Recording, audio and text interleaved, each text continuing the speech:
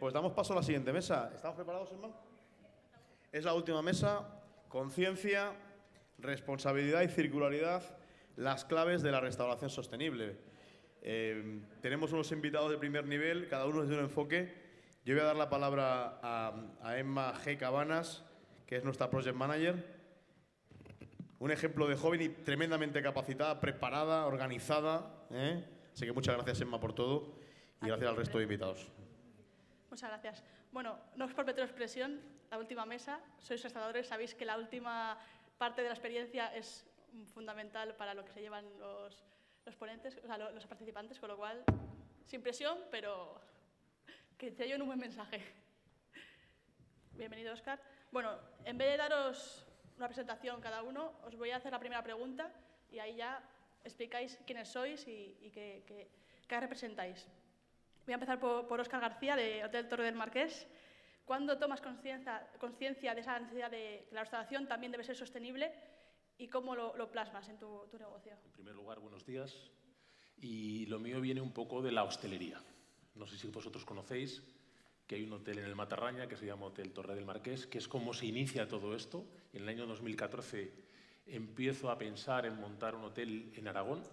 Y a mí me llega la sostenibilidad a través de la sostenibilidad del propio hotel.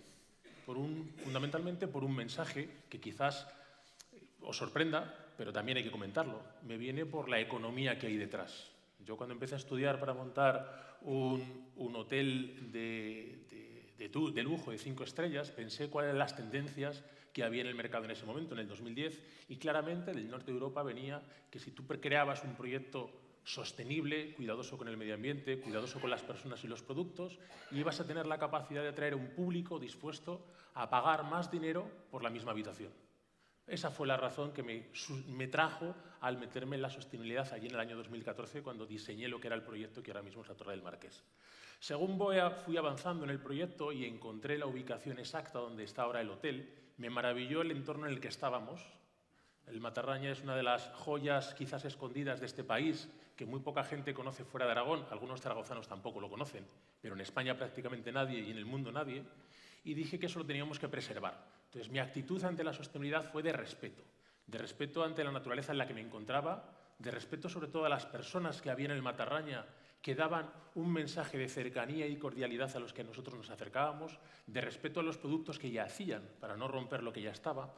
Y eso me llevó a finalizar un proyecto en el cual me junté con una arquitecta especializada en proyectos de rehabilitación de bordas en el Pirineo. Ella está en Ayerbe, un pequeño pueblo de Huesca, como muchos de vosotros conoceréis, que me llevó a hacer un proyecto, desde mi punto de vista, totalmente sostenible, que buscaba el utilizar materiales de la zona, que utilizó el 80% de los trabajos se realizaron por artesanos de no más de 50 kilómetros a la redonda, en el cual utilizábamos medios de generación de energía totalmente sostenibles para intentar reducir el impacto que podíamos tener en la construcción y, sobre todo, materiales muy cercanos para reducir la huella de CO2.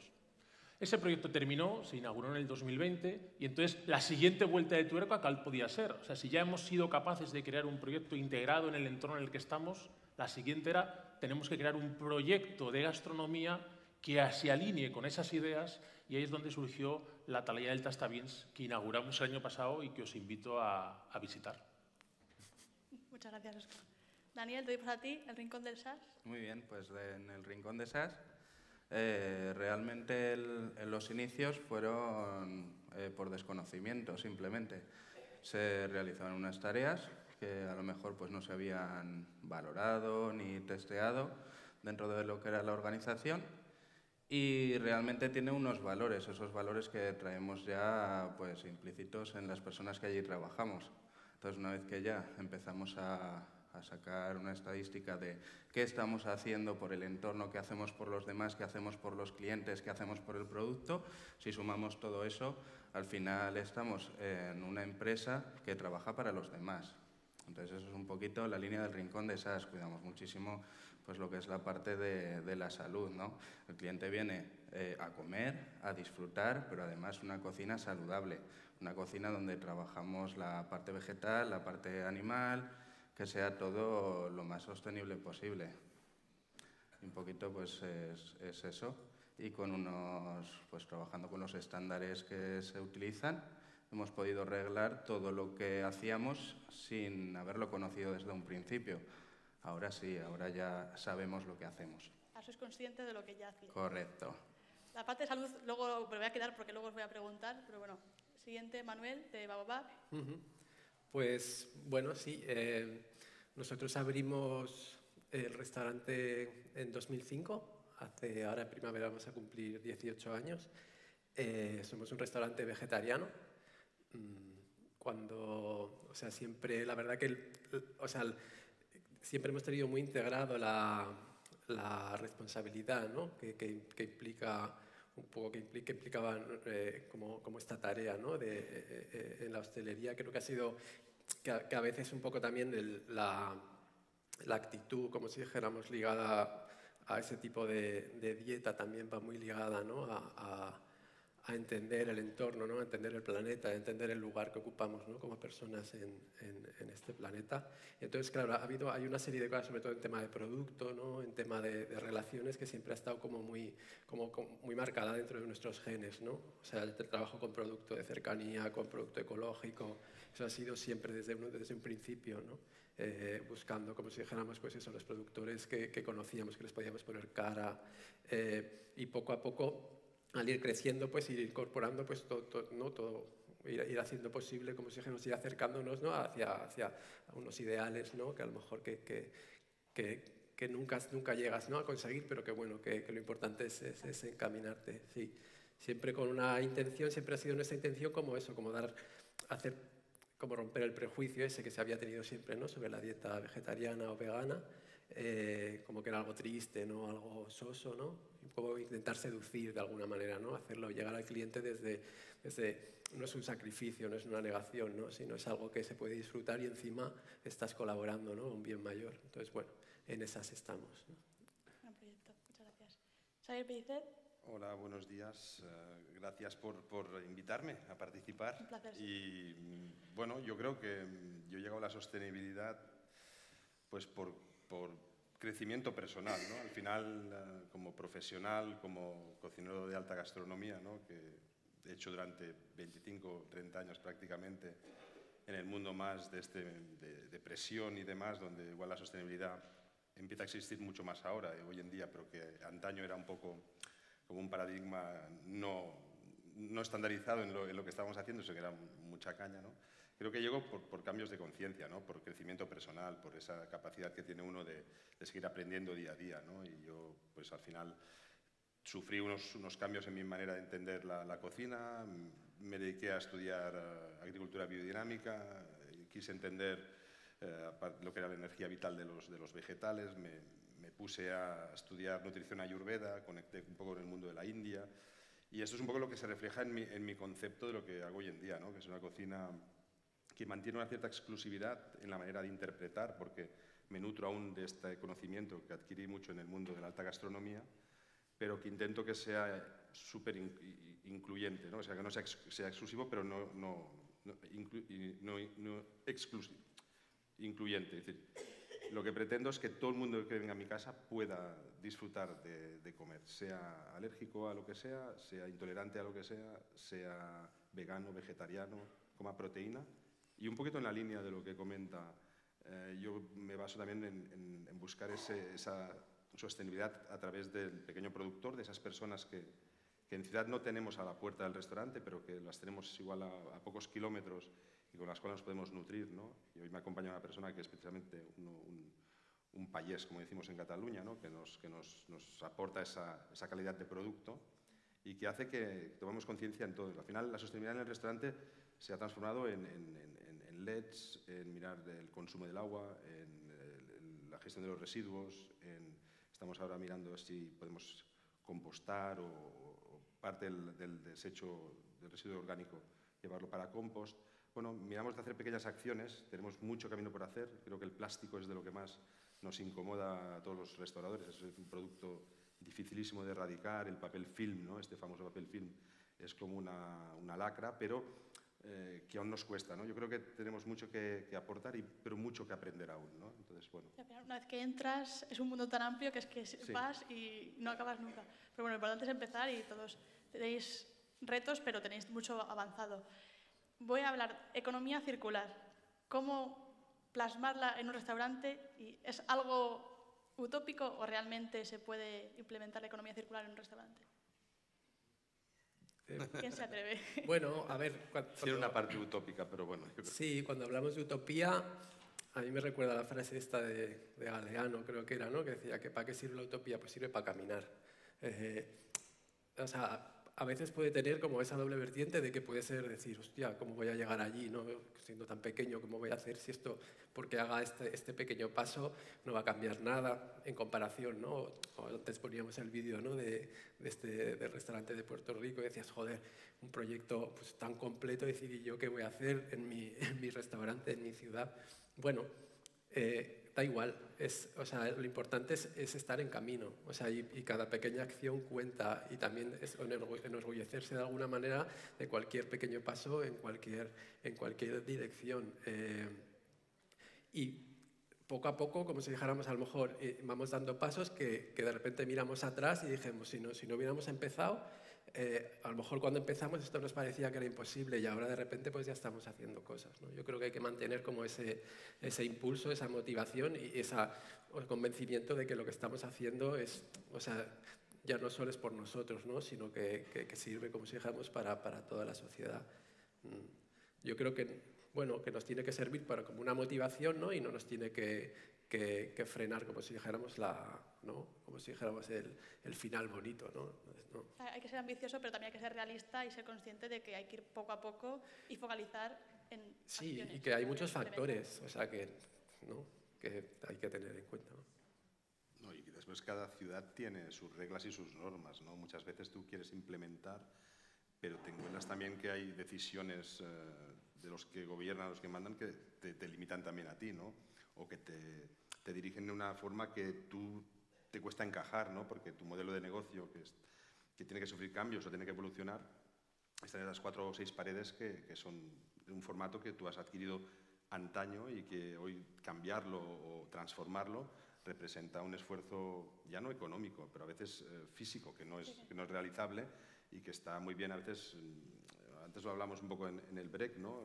Es bueno que se marcasen las normas, las reglas, también mirando los sectores, cómo se aplican, ¿no? En generalizar todo, la globalización, que es un poco lo que nos mueve hoy en día, es incómoda a veces, ¿no? Nuestro sector de servicios no tiene que ver con un sector industrial puro y duro de una empresa donde pones tú tornillos o puertas a hacer una cocina diaria, ¿no?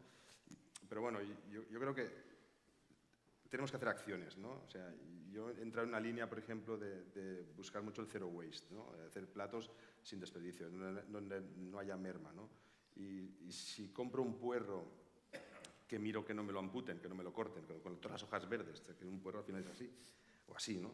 Y con las raíces, ¿no? Y entonces, pues, utilizo todo, desde la raíz hasta el verde, pasando por la parte blanca, que eso la gente se come en casa, porque es lo que dicen que es más bueno, ¿no? Pero al final a todo le puedes sacar provecho, rendimiento y sobre todo aplicación, ¿no? Y entonces, como esto, puedes demostrarle al cliente que apostamos por precisamente esta manera de aprovechamiento, de no tirar nada, ¿no? El cliente también es importante, ¿no? Que el cliente reciba y cómo lo recibe y cómo se lo transmites al cliente. Básico.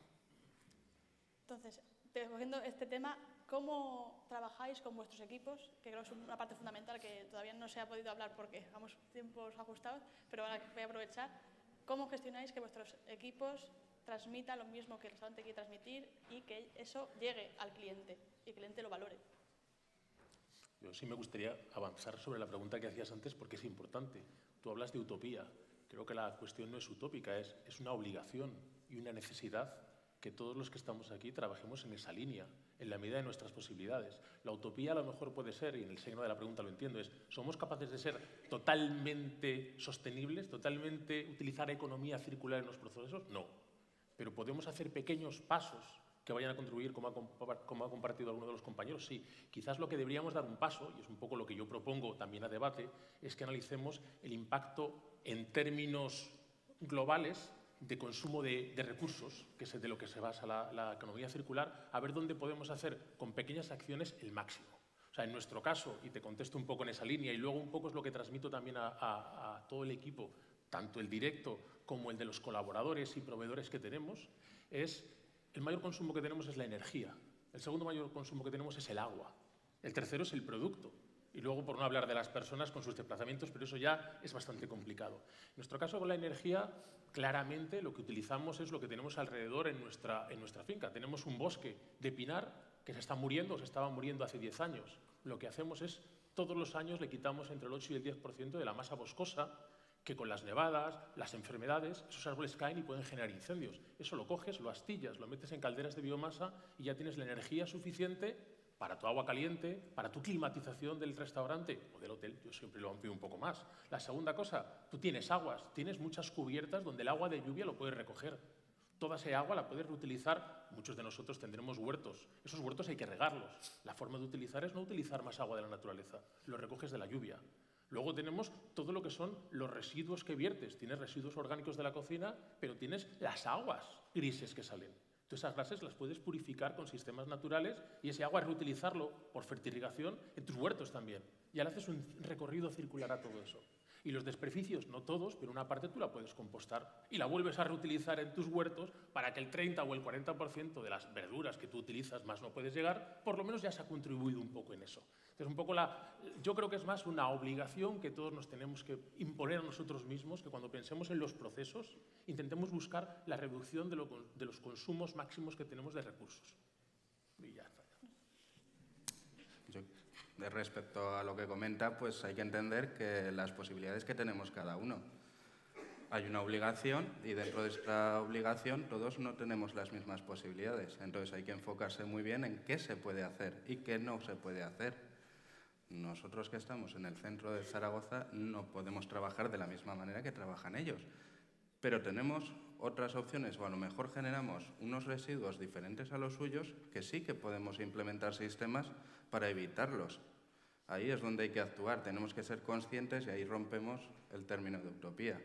¿Por qué? Porque somos capaces de llegar cada uno nuestras posibilidades a nuestros objetivos. Y ahí es donde comienzan los ciclos. Y si a eso le sumamos que con otros compañeros del sector vamos sumando y vamos sumando, al final generamos que dentro de un núcleo se hacen muchos objetivos. La cosa es llegar a todo. ¿Cómo llegas a todo? Solo no puedes. Tú haces tu parte. Entre todos hacemos todo. Y lo que tenemos que tener conciencia es de poder llegar a todos. Que esa información sea válida, que ejecutemos todos correctamente y vayamos unidos.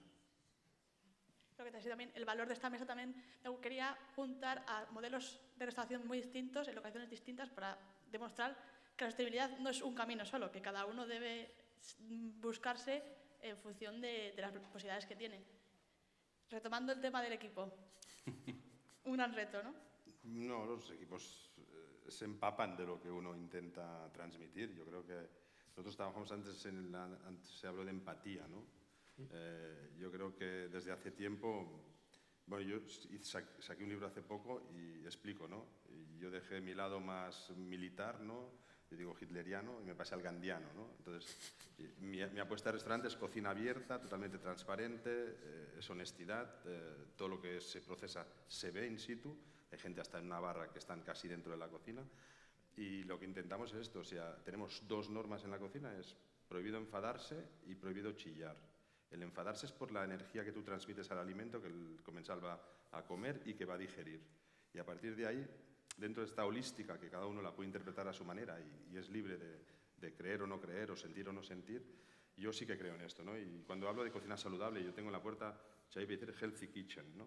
Cocina saludable es por este sentido, producto de proximidad, ecológico, de calidad, siempre, animales bien criados, bien tratados, sacrificados, no matados, y a partir de ahí nosotros procesamos a través de nuestras manos, de nuestra técnica, de nuestro conocimiento, respeto máximo, o sea, aprovechamiento 100% prácticamente de todo lo que podemos, obviamente muchas cosas a mejorar, Y el equipo intrínsecamente trabaja delante de la gente y hemos aprendido a comunicar prácticamente sin hablar. Entonces, es una cocina donde no hay ruido, donde no se levanta la voz, donde hay una colaboración, es una cocina central de 360 grados y todos trabajamos como conectados. Y entonces todo el mundo se ayuda, todo el mundo trabaja, todo tiene su responsabilidad en su puesto, pero al final confías en la gente, o sea, educas, enseñas y les enseñas la técnica para que ellos después se desenvuelvan, ¿no? Y ellos se empapan de esto y funciona. O sea, antes era mucho más rígido y ahora es mucho más empático. Es que requiere eso. Y el hablar, hacer briefings, comentar la jugada al final de un servicio, hacer los pedidos todos juntos, que cada uno tenga su libreta, que esté colaborando, que haya esa conexión, que todo el mundo pueda decir y opinar lo que le interesa decir, que pueda decir, oye, el servicio he oído, pues no ha sido tan mal, ¿no? Y fíjate, tal. O decirle a uno, como le dije el otro día, estaba nervioso, acaba de empezar, lleva una semana y se pone una autoexigencia a él que nadie se la está exigiendo. ¿Qué es esto? Y dices, sí, acabas de empezar. Pues vete un momento a la nevera, cierra los ojos, canaliza 3 respiraciones profundas y vuelve a salir. Y bajarás unos cuantos grados porque estás temblando. Y nadie es que te estamos ayudando, pero tú quieres llegar antes, ¿no? Todo tiene un proceso, ¿no?, de aprendizaje, pero los equipos se forman así. Si no, es difícil crear equipos, ¿eh? Después puedes tener grupos de gente que trabajan juntos, que es diferente. No infravalores el trabajo que haces porque es complicado que los equipos trabajen y el esfuerzo que haces realmente es muy difícil, pero a día de hoy tengo una persona que hace 8 años, otra que hace 5, otra que lleva 3, o sea, siembra y la cosa funciona. Obviamente después, claro, pues tienes que compensar, ¿no? Y hemos mejorado también en el tema de los horarios, hemos mejorado muchísimo. Bueno, nosotros en la alimentación, mi personal come igual que come un cliente. Todos comen en ecológico. Cuando se come pollo es ecológico, cuando se come cerdo es ecológico, cuando se come ternera es ecológica. Todas las verduras obviamente son ecológicas, los huevos, o sea, todo. Estamos en, diría, un 85% de producto y partimos de la sal, o sea, nosotros no tenemos harinas procesadas, no tenemos sales refinadas, no tenemos azúcares refinados. No trabajamos con este tipo de producto, me imagino que él hace lo mismo. Al final es un tema de conciencia, es tu apuesta por la calidad, por ser empático al final, con tus trabajadores y con tus clientes. A mí es que me resuena mucho lo que está hablando en ese sentido, de cara a cómo entiendes a la otra persona, ¿no? Y recordaba también lo que decía Luis sobre la empatía. A mí cuando hablaba de las S me venía la E de escucha. O sea, como lo importante que es saber escuchar, o sea, saber escuchar a quien tienes delante, o sea, escucharle realmente, ¿no? O sea, decir cuál es su realidad, o sea, cuál es su papel y también aprender a recibir qué es lo que tiene que decir, ¿no? Porque al final nuestros proyectos, o sea, pueden tener, como si dijéramos, un liderazgo de alguna manera, pero no somos nada sin la gente que tenemos detrás. O sea, entonces esa gente está conformando, o sea, con su persona, lo que nosotros, la verdad que nosotros estamos trasladando, ¿no?, ahí fuera. Entonces creo que también es muy importante que para que el equipo de alguna manera pueda vivir el proyecto como suyo propio, que haya una verdad, o sea, que haya una honestidad realmente, o sea, que yo me lo esté creyendo, o sea, yo puedo decir, no, es importante la escucha, pero si realmente no lo estoy aplicando, o sea, no va a traspasar ni a ellos, ni luego al cliente o a la sociedad, ¿no? No voy a traer nada a este mundo nuevo, ni voy a traer nada que vaya a transformar, ¿no? Entonces pienso que sí, que la escucha y la honestidad son como primordiales. Y nosotros, por ejemplo, tampoco tenemos una estructura, por ejemplo, sí que tenemos unos puestos, sin embargo, como si dijéramos,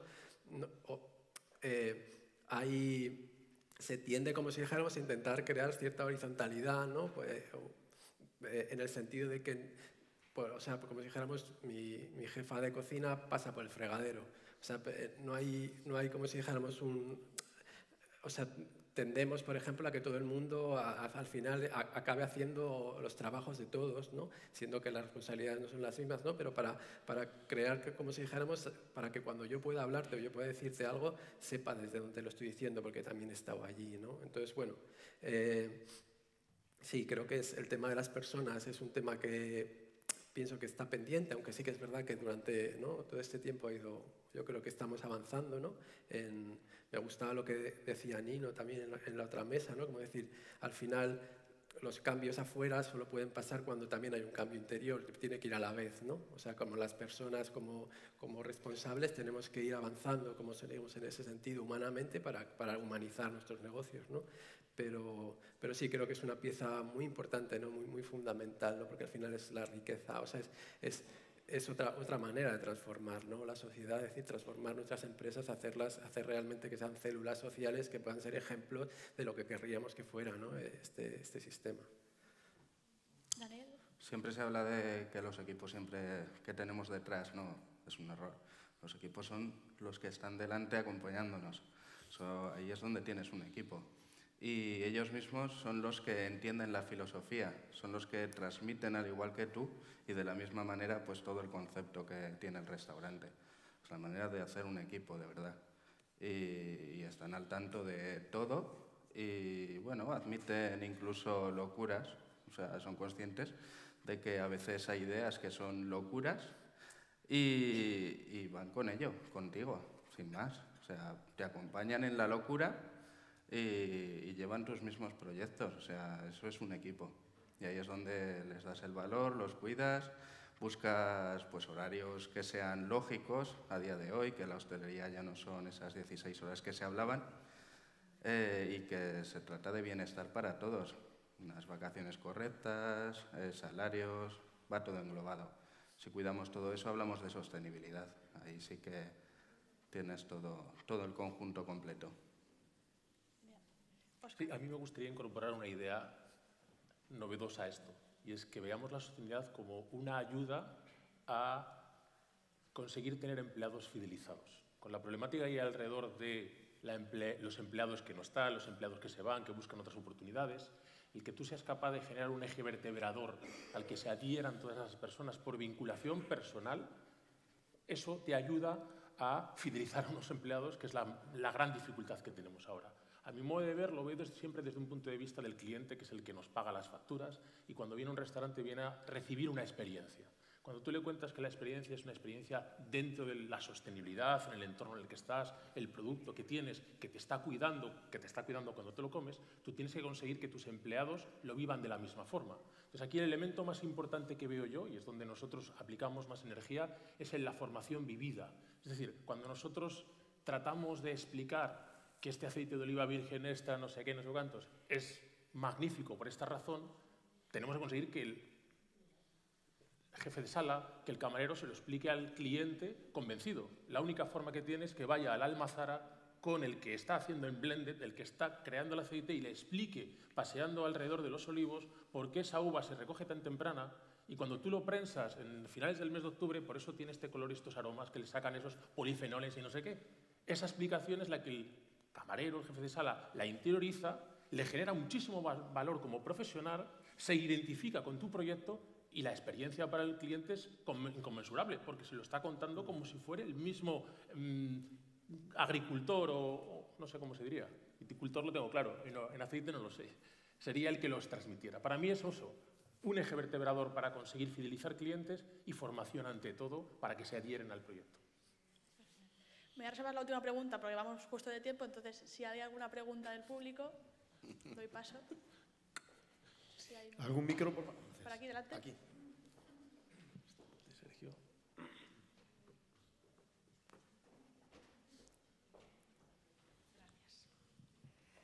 Muchísimas gracias a los organizadores de este encuentro y a todos los ponentes que desde sus puntos de vista pues, nos hacen conocer más el tema. Yo incorporaría, además de las claves de la restauración sostenible, consciencia, responsabilidad y circularidad, me faltaría la de educación alimentaria. Pertenezco a una asociación internacional que se llama Slow Food y trabaja para que precisamente la educación alimentaria se extienda a todos los niveles. Cuando hablamos de educación pensamos en los niños pequeños, pero no.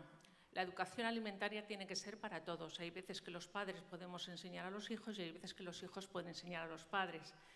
Lo ideal sería que esta educación alimentaria ocurriera simultáneamente en la casa y en los colegios, pero son pequeñas actividades que vamos construyendo pues precisamente para valorar el producto.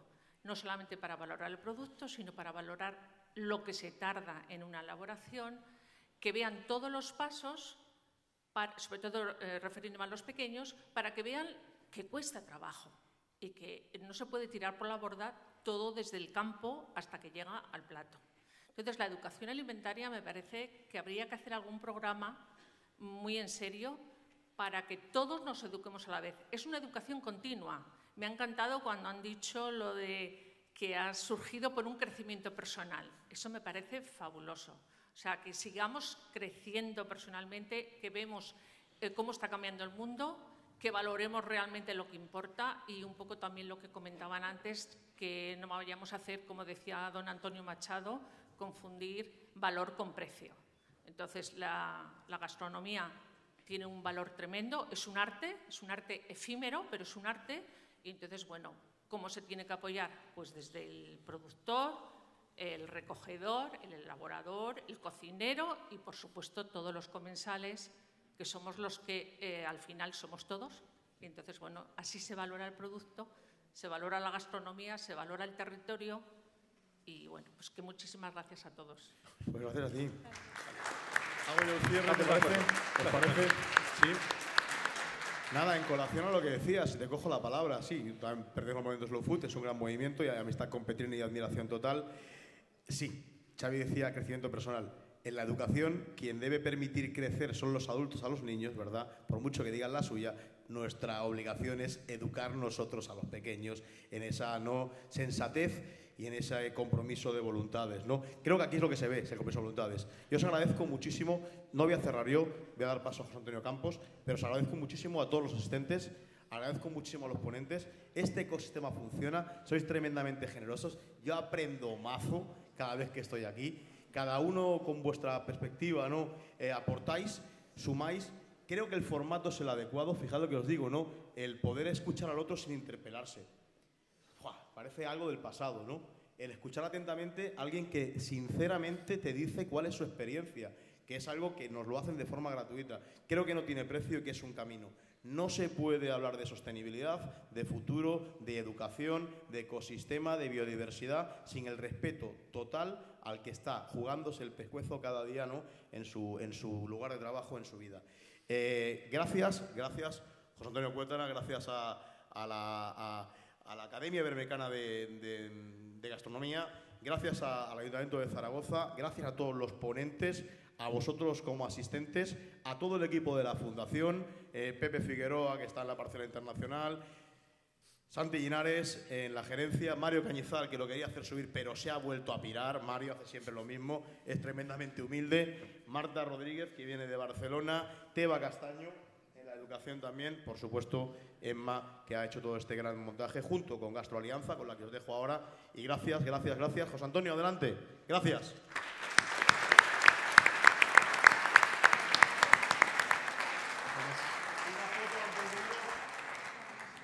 Una foto a esta mesa.